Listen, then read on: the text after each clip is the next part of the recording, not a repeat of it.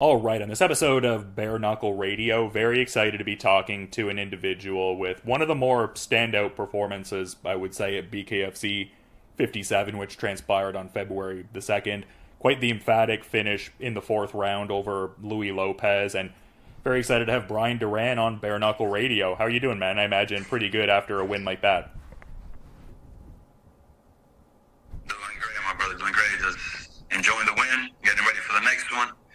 You know how it goes. Just another day in the life of a warrior. And it seemed like a certain kinship was there with you and your opponent. I mean, you mentioned the term warrior. I saw you had a post with Louie Lopez where you did shout him out as a true warrior. It's just a cool thing to see after a fight like that. I saw you also referred to him as a brother here for life. So love to see that after a war like that. Yeah, man. You gotta give respect to the people. You know, like the people that have the heart to step in there with you, because it takes a dog to even do what we do. And I feel like sportsmanship is something that the sport is missing. Combat sports, period. I've seen a lot of people that, they taunt their opponents after they knock them out, or they just don't even say, like, good job to each other, don't hug it out, Like, at the end of the day, bro, we all trying to feed our family. We all here with the same purpose. Some of us, the reason why is a lot bigger. Like I said, I don't fight for myself. I fight for a bigger purpose than me. Because if you only fight for yourself, when things get tough in there, you're going to quit. So you got to have a bigger purpose than just yourself. And, yeah, man, sportsmanship is, like, the number one thing in my book. I love to have sportsmanship because it just shows who I am as a person. I'm not a bad individual. Just because we fight and, we go to war and we bleed and we trying to hurt the other guy doesn't mean that we're bad individuals. We just, the better man got to win. We train for that. This is what we do. No, for sure. Just I love that about combat sports. I mean, you guys have a literal fight of the night caliber battle and then just a nice picture after chopping it up. Love to see all that. But you talk about having a broader purpose. I'm curious as to, what that represents for you. Like, what's this, like, higher calling that gives you, I guess, that galvanized sense of self that you were kind of outlining there a bit? Well, there's plenty of things. Like, obviously, I got my family, my three beautiful kids. One of my sons is autistic. That's why I came out with the flag in this fight, because from now on, like I said, when the competition gets a little tougher, you got to have a reason why and fight for something bigger than you. And I feel like now me standing on that, like the Autism Awareness, I'm not only fighting for my kid, I'm fighting for a bunch of other kids that don't have the correct home, you can say, or the parents that understand them, or parents that don't even have the budget to have their kids with therapy that they need it, and I feel like that's one of the things that I want to do, and I'm already looking forward to, talking to investors and stuff, to trying to open a school for kids with autism, especially the ones that want to do sports, the ones that really need the help, and I feel like they overlook the situation a lot in this world, they think that, a lot of people think that it's weakness and this and that, and they don't understand that, same way that because mental health is important to have an awareness of too. Also, people with certain things in life, like kids with cancer, things like that, I fight with a bigger purpose, because I once was a little kid that, people didn't understand. With time, I got to mature a little more, and I was able to, become, I guess you could say, normal to society. But, I suffer a lot from getting bashed on back in the day, so I don't want other kids to go through that, especially mine. So I feel like me standing on that is what gives me the power, And like a lot of people know, a lot of people don't. I came on a raft when I was 9 years old, and just what I've been through in my life, a lot of things I've been through just forced me to be this animal in that ring. And like I said, the reason why it has to be like bigger than you. And I feel like digging deep like that, like thinking about my son, other kids, and everything that's happening in this world now is what makes me such an animal, such a dangerous human being inside that ring. Yeah, I love hearing that, man, and it seems like you really carry that forward with even other kids that reach out to you. Like, I saw a young fighter, or from what I could tell, it was like a younger fighter who met you at the BYB 23 event, and it seemed like he was really motivated and encouraged by that, and you were like, oh yeah, let's go. Like, you were kind of giving him that energy back, like, let's go, champ, you the future. So I love to see that. NyQuil is superstar, is the superstar in the making. NyQuil, love that little kid. His dad is doing a great job with him, and I have nothing but support for that situation right there, because that's what it's all about, man. Like, my youngest son started boxing already. I took him out of school, and my older son, actually, I took him out of school, and I have him in homeschool now, and he's training every day with me in the mornings. you know, so there's a bigger purpose, bro. I want to motivate young parents, because I'm a young parent. I'm only 28 with 3 kids. My oldest is 8. So, you know, since I never got to, you know, go to school and do things like that, I was supposed to for life situations. So I want my kids to, you know, have the support, and I want to motivate younger dads to have the support, because sometimes, you know, some people live in poverty like I did. Some people, you know, don't have the budget, and they spend so much time trying to make the money to pay rent and do this and that they don't put time. That's the most important thing into their kid's life. Some people think by making money is enough to be a good parent, but it's not. Sometimes you gotta, you know, understand that the time that you spend with them is more important than the money you bring home, you know, and I'm trying to bring awareness to that too. Better parenthood, you know what I'm saying? Especially for us young dads. You know, like I said, bro, it's a bunch of reasons why, you know, we could sit here all day and, you know, it's just when I'm in that ring, all that comes at once, and it's just, that's why it looks so ferocious in there, you know, because everything build up, you know, everything that I want to do, everything that I stand for, and that's why I say my reason why is bigger than every single human being that stands in front of me. And the higher the caliber, the less hunger they have, you know, so that's why that makes me the top dog inside the ring every time. Yeah, I was going to say mentality basis for being a top dog, but I was seeing there's a bit of a top dog kind of distinction on BoxRec. I saw you were listed as #1 in the world there. How did that make you feel when you saw that? I mean, that's what we work for, man. And I feel like that's even more motivation. The higher I get in the scale, the more motivated I am, and the harder I train. And it's proven facts. Y'all can see it. My development as a fighter. I've only been doing this for 2 years and like a month now. And as you can see, man, like the development from my first fight to my last fight is huge.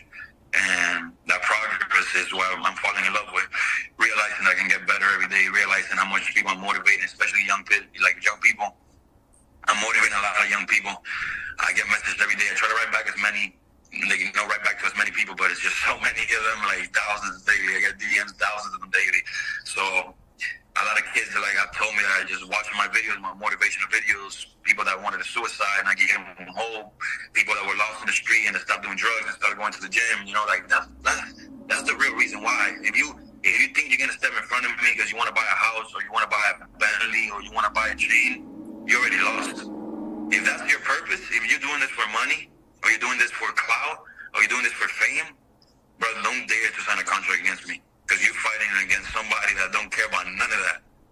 You know? Somebody that's willing to die for what believes in, you know? And a lot of people overlook that. They see me as this colorful haired kid with, tattoos in my face, that didn't pass the 9th grade, and they think that, this guy is a nobody. Wait until he runs into some real competition. When then they understand that I'm the competition. I'm the guy that they got to fear.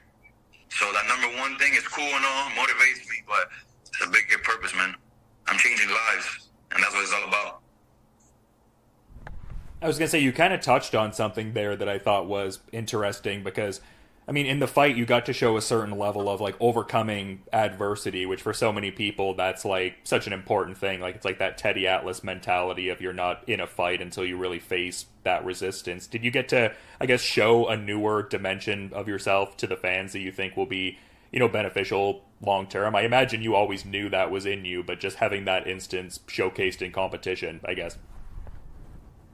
Yeah, I needed something like that to happen. No matter how crazy it sounds, I'm glad it happened.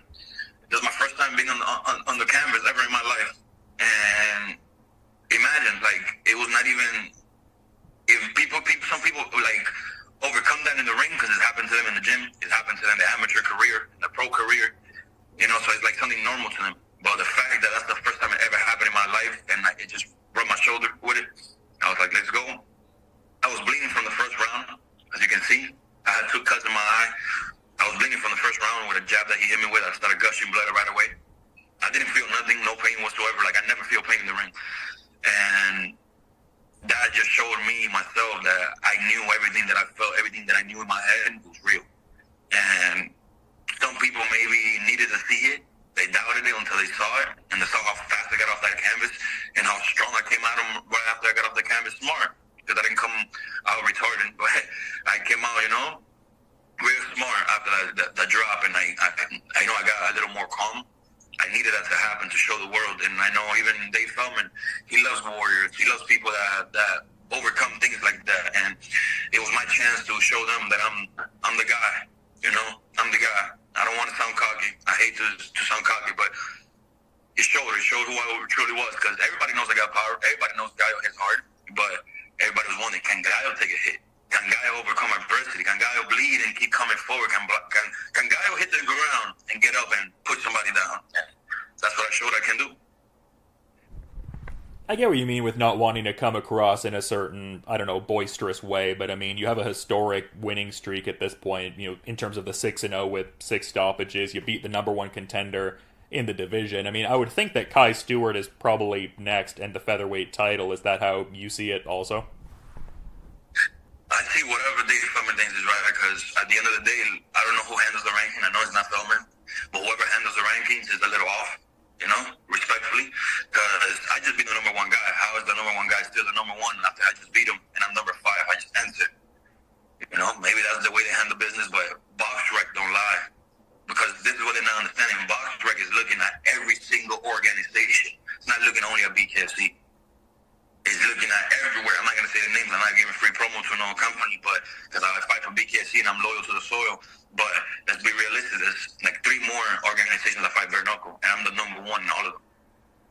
You know? So I have a way better record than the champ itself. I have the best looking record in the whole BKFC right now. In the world, my record is the best record in bare knuckle history.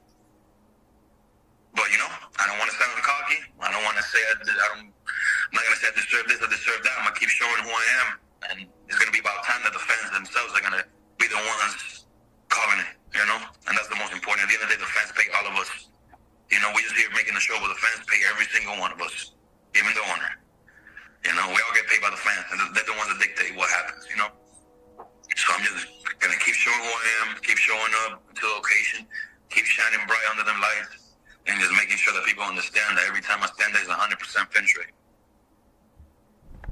Yeah, and it seems like you have a focus that's more, I guess, locked in on improving and sharpening your skills. And then I did also see a quote where you said you wanted the biggest check in BKFC history. So maybe some different goals going on, I guess.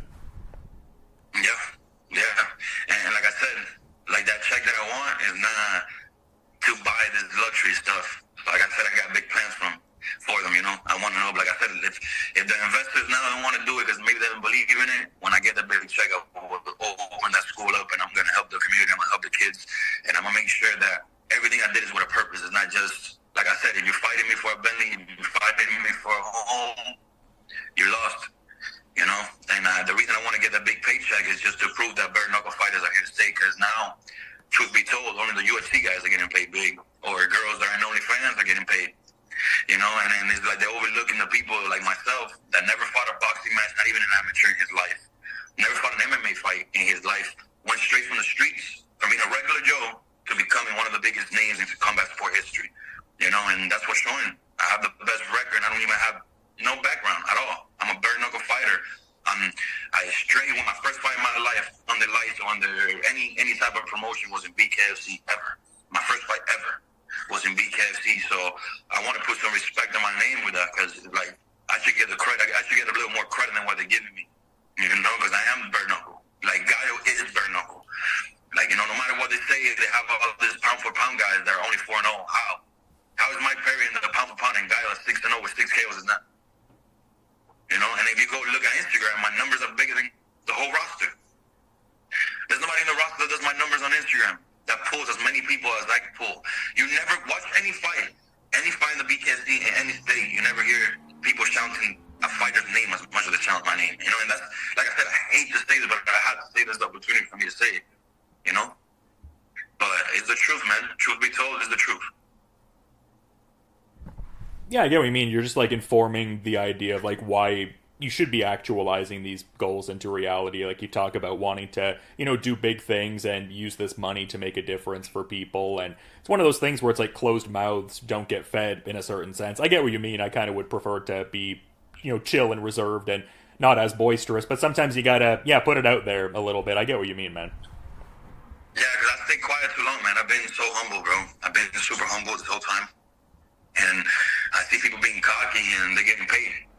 And it's like, why? People are like offending fighters to sell a fight. I've never been the type of guy to offend a guy. Like even we have a press conference, I don't got to do all that extra stuff to offend a guy or talk about their family or tell them I'm going to do this to you or I don't have to do none of that. I don't have to make fun of a fighter. I step in there, I fight, and I put on the show. That's all I do. And now marketing is one thing. I'm great at marketing. I'm not going to stop being like great at marketing just because people want me to stop being great at marketing. But I feel like I'm even showing the sportsmanship, the marketing. The fans are putting up for me. There was over 500 Cuban flags in the crowd. Like, who has done that? Nobody has ever done that. You've never seen another flag, like people shouting somebody's name and with a flag with the guy's name on it. And people were buying these flags. It's not like they got them like that. No, people were buying these flags, you know? $20 a flag, and they were waving them. So think about it. You know what I'm saying? So it's like, they got to give me credit for this, man. They got to give me credit for this. Yeah, well, I mean, I imagine you do this just for the direct enjoyment component, but it seems like you kind of, I guess, are in a few different lanes to kind of serve that idea of marketing yourself. Like, even the music you do, I mean, it probably serves that master a bit too, right? Yes, sir. Yes, sir. That's why I'm the full package when it comes to this business. Like, I'm not just a fighter. Like, fighters can only fight, you know? Like, people that call themselves fighters, they just can fight. I'm a showman. I'm the cash cow. Like, literally. I'm gonna be bigger in this company than McGregor was in the UFC. I'm gonna be bigger than Sean O'Malley. It's just they got the credit for it. I'm not getting the credit for it. I'm just getting overlooked because I'm this Cuban kid that, you know, they think that, you know, he's never had background, never had this, that, whatever. But they put me against the number one guy, you know, and look what I did to the number one guy. And it's like, yo, come on, like I should bring the pound for pound. I should be at least the fourth in the pound for pound. I should, because BoxRec says I'm number one in the world. So why would I not be pound for pound in the BKFC? Makes no sense. Yeah, I mean, I'll be honest with you, man. I'm one of the BKFC rankings panelists, and when I see the final results, I'm even sometimes fairly confused. So I hear you. Yeah, and it's like I don't want to offend nobody. I don't want to get nobody mad. Like I said, I know Phil's not the one doing the rankings, but whoever is, you got to learn a little more about combat sports. You know, they got to go on BoxRec and read. You know, they should do the research a little more while it's doing this ranking. Because it feels like it's just somebody just doing that out of their personal opinion. They're not really going into numbers and details. Because if they were, then I'll be the number one guy. They have guys that are there that never fought top fivers. Like Brandon Allen never fought a top fiver. That James Brown kid, they're both good, but they never fought a top fiver. I have. You know? Howard Davis deserves to be there. He fought a bunch of top fivers. You know? But, come on, let's be realistic. Nobody else deserves to be there. Like, if they were, they got to be 4 and 5. Not 1 or 2. It makes no sense. Not even 3. And I went straight to, I didn't fight the number 5. I didn't fight the number 4. I went and fought the number 1. No questions asked. You know? So, they got to give me more credit, man. Yeah, no, I hear you, and I'm not even trying to position myself as better or whatever than any of the other rankings panelists. I guess just sometimes I'm like a little confused, kind of scratching my head, but yeah, whatever, no judgment. I guess it's other people's opinions at the end of the day. But I was going to ask you what's next, but I was kind of checking out the social media. It seems like Dubai is next based on a recent post I saw. What's going on there? I mean, there's talks, you know, Abu Dhabi, there's talks in there. I haven't signed no contract for the fight yet, so I cannot tell you 100% what's going to happen, but it looks like that we're going that direction. And obviously, I'm pretty sure I'm going to be the main event over there, because who else, bro? Like, think about it, bro. You could even put Mike Perry next to me, like, right? And it's like, what are kids really, let's say a video game, right? A video game comes out, right? Who do you think kids are gonna pick to fight for? Like who are kids gonna pick? What character looks better on the cover of that video game? You know, like come on, I look like literally, I feel like something that got drawn out of a magazine. Like I'm not even trying to be cocky, but it's the truth. Look at my hair, the way I carry myself, the way I speak, how I treat everybody with love and respect. I walk in a room and I say hi to everybody, know them or not. You know, always with a smile on my face. Even I could be mad or upset, I'm still gonna have a smile on my face. You know, and it's like. You can't beat that, bro. You can't beat that. And the kids love me. Combat sports loves Mike Perry. Cool. But kids, from the kids that have any type of sense to adults, they love me, bro, because of the person I am, not just because I'm a fighter. And that's something they got to take in consideration, man. So Abu Dhabi, man, I feel like that should be next, and I should get that opportunity at least. That should be one of the recognition I should get. Bring me whoever they want to bring me, and I'm gonna show who I am. We're not picking cherries out here. We're fighting whoever. I was going to say, you kind of used the analogy or the framework, I guess, of a video game comparison. There is some rumblings of BKFC doing a video game. Or are we maybe trying to get on the cover of that? Would that be something cool for you? Or, like, how do you perceive that? If they really want to sell out, if they really want to sell, they should know I should be on the cover. They like I said, I don't know who's... It's probably the same person that's in the rankings that they think that this and that, but like, let's be realistic. Like I said, bro, like nobody has the image I have. People see my fights and they never forget who the guy is. That guy with the pink hair, that guy with the dreads, this, that. Oh my God, the guy that's always hyped up. You know, it's like if they're gonna do a video game, if they really want to, if they're just doing it for them to go play at home and feel good about the cover, then do it for them. On y'all. But if y'all want to sell and make millions of dollars off a video game, then know who they got to put in the cover. There's no science behind it. Yeah, well, I mean, if you're turning around over like 70 grand of tickets for the last card, I mean, imagine how the video game's gonna sell, right? Come on, bro. People, bro, put it like this. I haven't even focused on merch, and I get people calling me for merch every day, companies that want to collab with me on merch, and I just waiting for the right moment to show them, because when I sell merch, it's gonna be over 100,000 a month, easy. And that's what they're not understanding. Like, I'm literally the cash cow, and then sometimes I feel like companies like give people credit because then they got to pay them. So they act like he's young. Let's not give him credit, you know, because he's new to the combat sports. Nobody knows him in the combat sports, but this is a business, not about combat sports. I'm bringing people that never watched a boxing fight, that never watched an MMA fight, to download the app just to watch me. People flying out from everywhere to come buy tickets off me and watch me fight, bro. So it's like I'm bringing the fans to the sport. I'm building the sport with you guys. Give me the credit. These guys are bringing the UFC fans, the boxing fans. I'm bringing fans from all over, from boxing, from MMA, and I'm bringing people that never watch combat sports just because they love El Gallo. Yeah, bro, every time I fight, when my fights are over, the stands get cleared. You know? And it's like, you guys got to see this, bro. Like, but it is what it is, man. That's all I ask for, a little more credit. That's all I ask for. Do you think this is your year to, you know, get that credit? Do you think, like, you're able to do a particular feat that will, I guess, elicit that level of respect from people? Is there a benefit to kind of having a bit of a chip on your shoulder, if that's a fair way to characterize it? Like, what are your thoughts on all that? Honestly, man, I feel like definitely after this fight, I feel like they showed a lot. But there's going to be probably 2 more fights this year with my contract that I'm probably going to show who I am again and again. Is going to be finishing the contract with 8-0, 8 knockouts. And what are they going to say after that? If they don't give me credit after that, then that's on them. And I'm just going to go about my business and do what I do best, which is being an entertainer and a motivational speaker. And I'm still going to make money out of that, and I'm still going to be able to do my fundings and do everything because I already made a statement with 8-0, 8 knockouts. And there's nobody at 145 that's going to be able to take my power. Nobody. So it's like whoever they put in front of me at 145 is going to go down, and I'm going to make my statement this year. This year I'm making my statement. I'm finishing the year with 8-0, 8 knockouts, 100%. I was going to say a very emphatic sort of statement to put out there, but I just kind of wanted to give you the floor all the same, just as we're kind of wrapping up, to see if maybe you had any kind of parting thought you wanted to put out there at all, Bryan. I mean, bro, that's literally it, bro. That's literally what I wanted to do. I just want to make a statement, and I hope at least after the 8 fights, since they want to give it to me at the 6-0, 6 knockout, hopefully I want them 8-0, 8 knockouts, they give me the credit, you know? And hopefully I see myself on the cover of that magazine, and then, on the cover of that video game. What magazines, they have one too, but, you know, cover of that video game. Even if I share the cover with somebody else, it don't matter, but they got to have my face out there if they want to sell. That's 100%.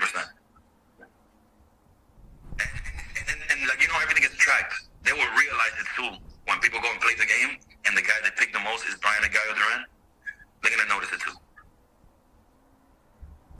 Yeah, so many exciting things on the horizon, and so many exciting things already happened already. Most recently, obviously, that Louie Lopez finish, and just a great win at BKFC 57. I'm definitely excited for what's to come, Bryan. We'll definitely have to get you on Bare Knuckle Radio ahead of the next fight. But thanks for the time, man, and you enjoy the rest of your day as well.